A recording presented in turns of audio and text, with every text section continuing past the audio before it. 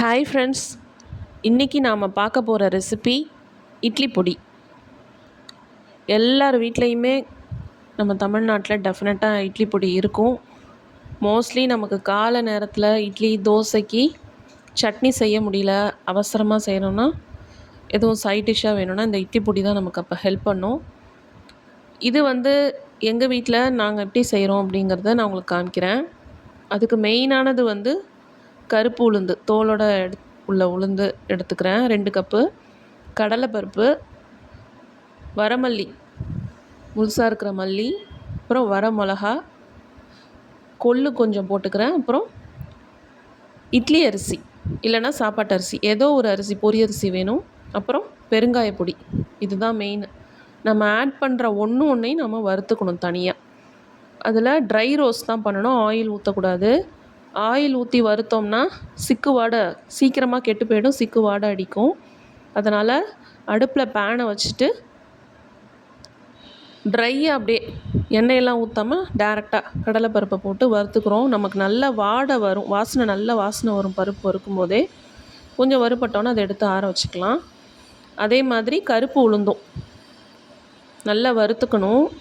வறுத்தோம்னா தான் அந்த ஈரப்பதம் குறைஞ்சாதான் பொடி நிறைய நாள் நம்ம வச்சு யூஸ் பண்ணலாம். இல்லைனா அது கட்டி பிடிச்சி வீணாக போயிடும், நமக்கு மக்கி போன மாதிரி ஒரு மாதிரி டேஸ்ட்டும் இல்லாத மாதிரி ஆகிடும்.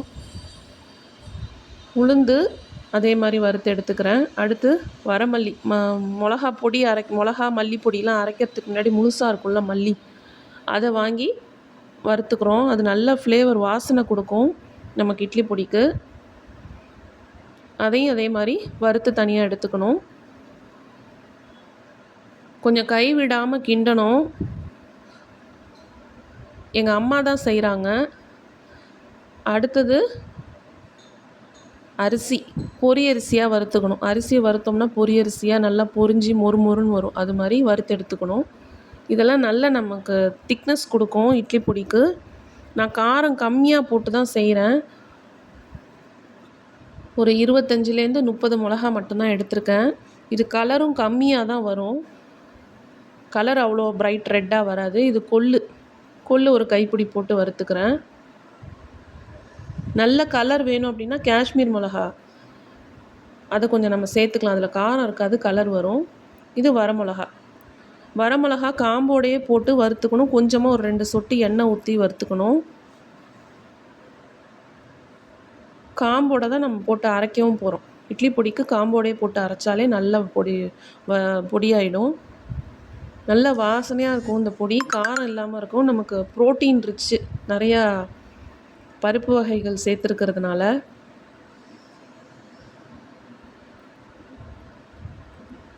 மிளகாவும் வறுத்துக்கணும், அது மாதிரி தனித்தனியாக வறுத்துக்கணும்.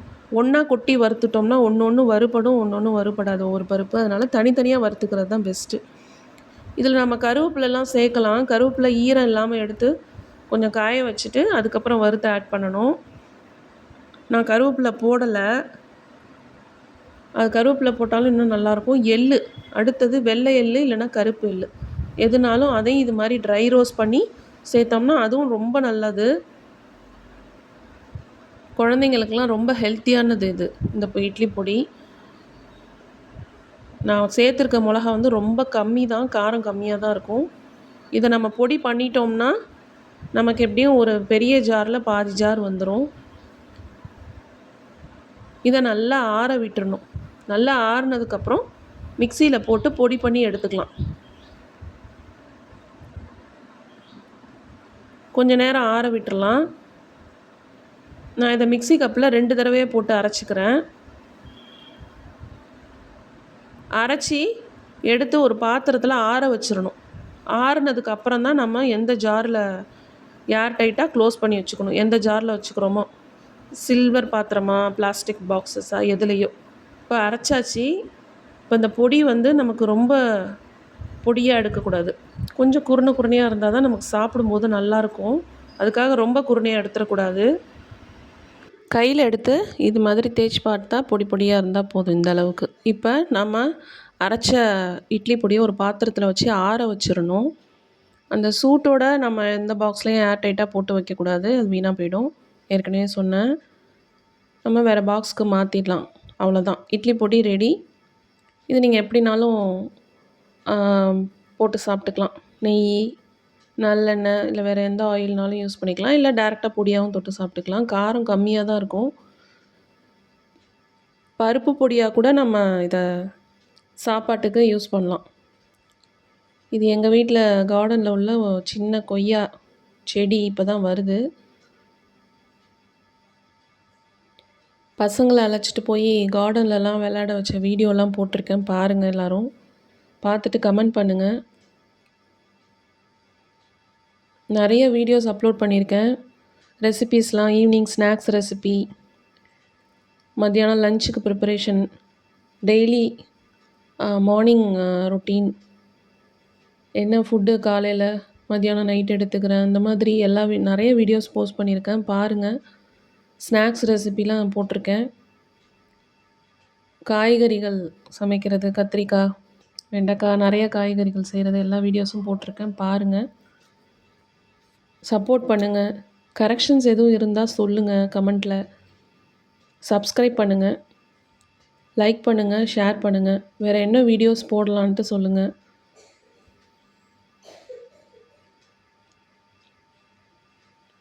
நான் போட்டிருக்க வீடியோஸ்லாம் உங்களுக்கு பிடிச்சிருக்குன்னு நினைக்கிறேன்.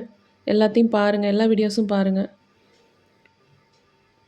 இது நான் இன்னொரு வீடியோலையும் போஸ்ட் பண்ணியிருக்கேன். எங்கள் வீட்டு தோட்டத்தில் நிறைய வாழை மரம் இருக்குது. அதில் நிறைய குலை தள்ளியிருக்கு. இந்த வாழைத்தாரில் கூடு கட்டி முட்டை போட்டு வச்சுருக்கு குருவி. 3 முட்டை. ஏற்கனவே இன்னொரு வீடியோலையும் போட்டிருக்கேன்.